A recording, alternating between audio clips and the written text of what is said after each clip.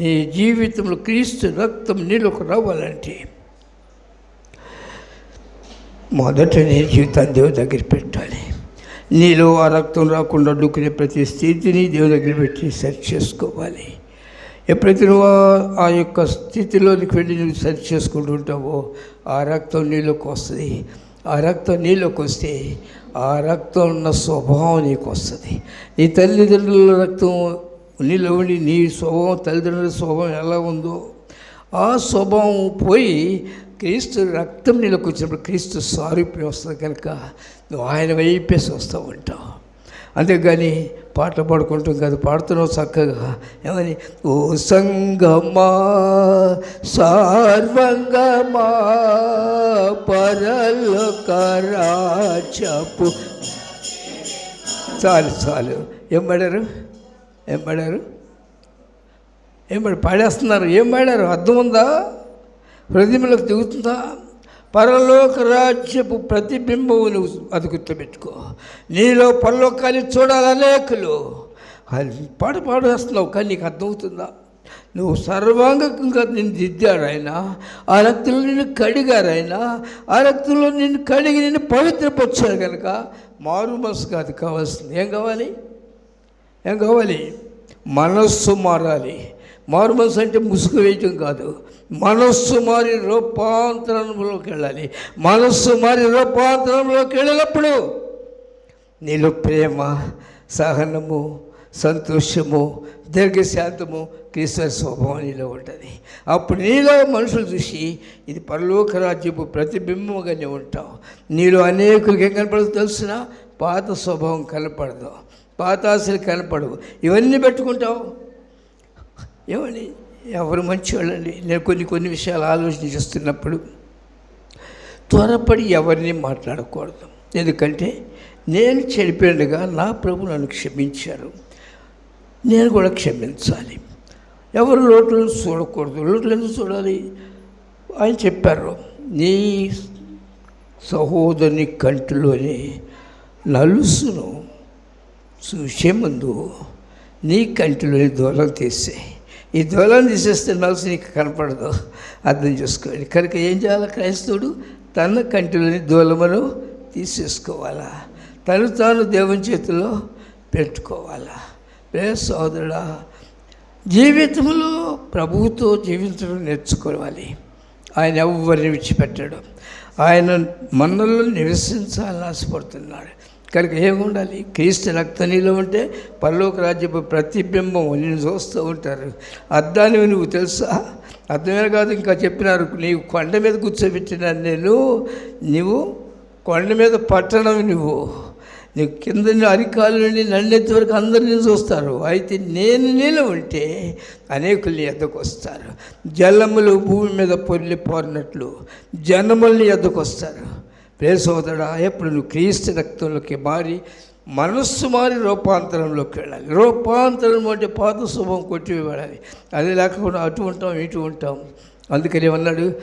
చల్లగనై నన్ను వేచగను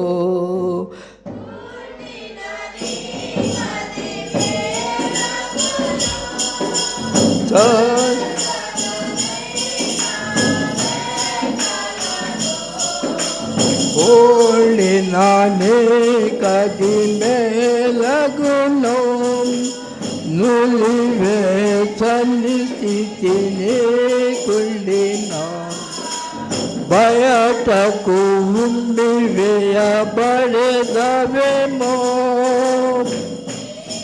సుమార్చుకో తొలి ప్రేమ కూర్చుకో నీ మనసు మార్చుకో ప్రేమ కూర్చుకో ఆసక్తితో రక్షణ పొందుమా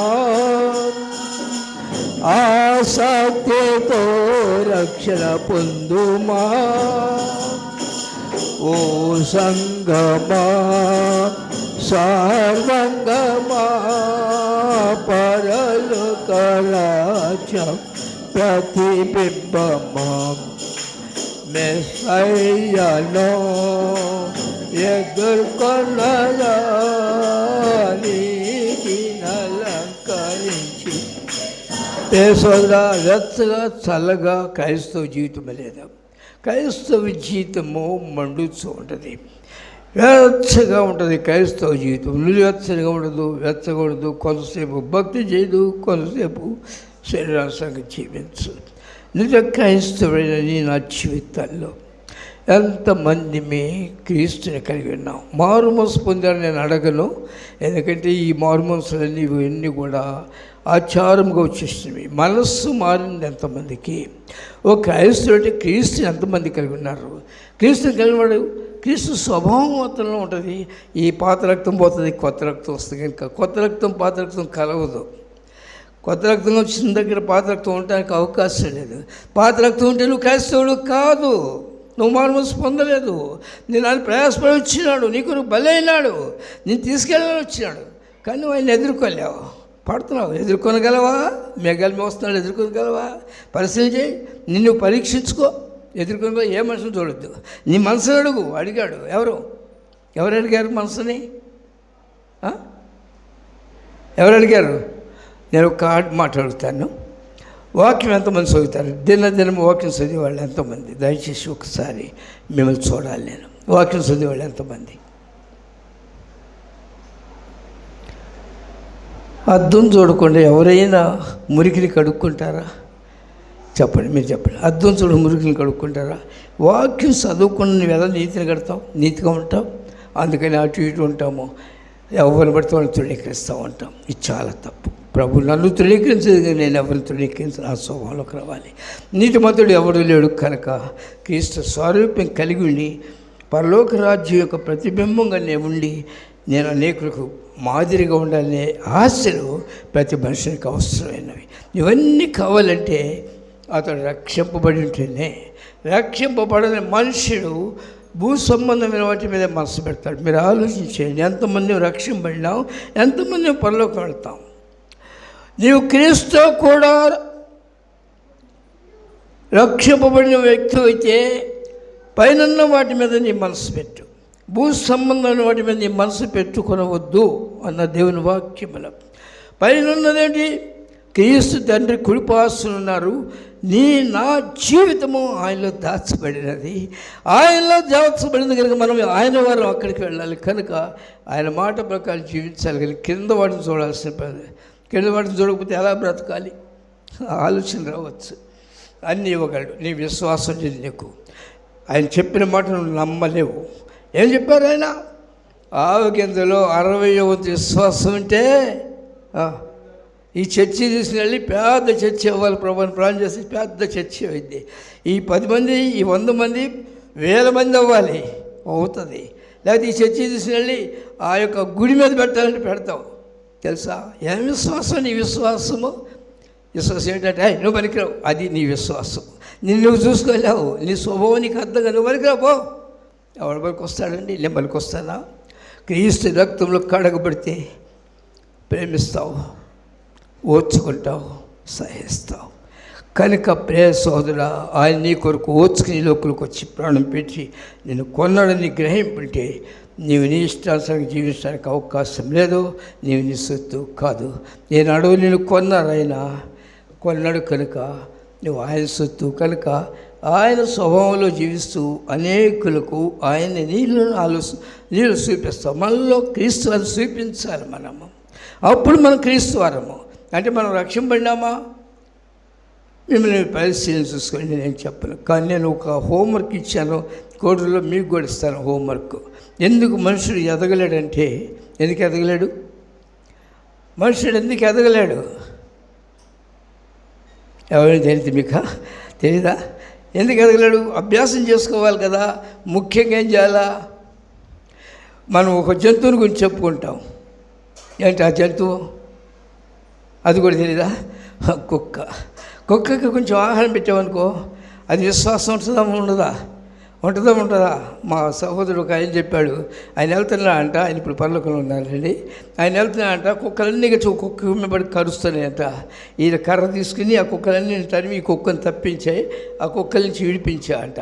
విడిపించిన తర్వాత ఆయన ఎక్కడ కనపడితే అక్కడికి వచ్చేసి కాళ్ళు నాకిద్దంట కూర్చుంటే. ఆయన ఎలపలికి వెళ్తున్నా అక్కడికి వెళ్ళిందట. విశ్వాసము. నీ విశ్వాసమా? నీ ప్రభు నీ కొరకు బలైనాడే, నీకు ఎంత విశ్వాసం ఉంది? ఆయన కొరకు నువ్వు ఎంత జీవిస్తున్నావు? ఆయన ఎంతవరకు గమనపరుస్తున్నావు? ఆయన పాదాలు ముద్దాడుతున్నావా? ఏంటి నీ క్రైస్తవ జీవితం? నీకు నాకు ఏమి నేర్చుకున్నాం? బోధకులు అండి మేము. ఏం బోధకుడు అయ్యా? ఎవరిచ్చారు బోధకుడు? ఆయన తప్ప బోధకులే లేరు, గుర్తుపెట్టుకోండి. ఆయన బోధకుడు, ఆయన పరిశుద్ధుడు, ఆయన యజమానుడు, ఆయన పరలోకపు తండ్రి. ఆయన మించిన వాడి భూలోకంలో ఎవరు లేడు కనుక నేను మారు మనసు పొందుంటే నా తండ్రి వెంట నడుస్తాను. ఆయన వెంట నువ్వు నడిస్తే ఆ నిత్య జీవం నీకు వస్తుంది. అంతేకాదు ఆయన అంటున్నాడు, నేను పరలోకమునకు ద్వారపాలకుని దగ్గరికి వెళ్తున్నాను, నా గొర్రెలు నా వెంట వస్తాయి. ద్వారపాలకుడు నాకు తలుపు తీస్తాడు. ద్వారపాలకుడు నాకు తలుపు తీసినప్పుడు నేను వెళ్తుంటే నా గొర్రెలు నా వెంట లోపలికి వస్తాయి, బయటకు వెళ్తాయి, మేత మేస్తాయి. ఆయన వెంట నడవటానికి చేత కాకపోతే ఆయన స్వభావానికి నేను ప్రార్థన చేసుకుంటానండి, బోధ కూడా చేస్తానండి. అవి కాదు కావచ్చు, నాకేం చేయడానికి ఎవరు, నీవెవరు నాకు తెలియదు అనుకుంటున్నావేమో. మహిమలో ఉండాలి. నువ్వు మహిమలో అంటే క్రీస్తు రక్తం నీలో ఉండాలి. ఆయన వెంట నువ్వు నడవాలి. ఆయన వెంట నువ్వు నడిచినప్పుడు నా గొర్రెలు నా ఆస్తులు అవి నన్ను వెంబడించును, నేను వాటికి నిత్య జీవాన్ని ఇస్తాను. ఈ లోకము నీది కాదు. ఒక దిన లోకాన్ని విడవాలి. ఇది శాపగ్రస్తమైంది. నీ కొరకు ఒక రాజ్యం ఏర్పరచబడింది, తెలుస్తున్నా? అది పరిశుద్ధంతో నింపబడింది, నీతో నింపబడింది. ఆ రాజ్యము శాశ్వత రాజ్యము,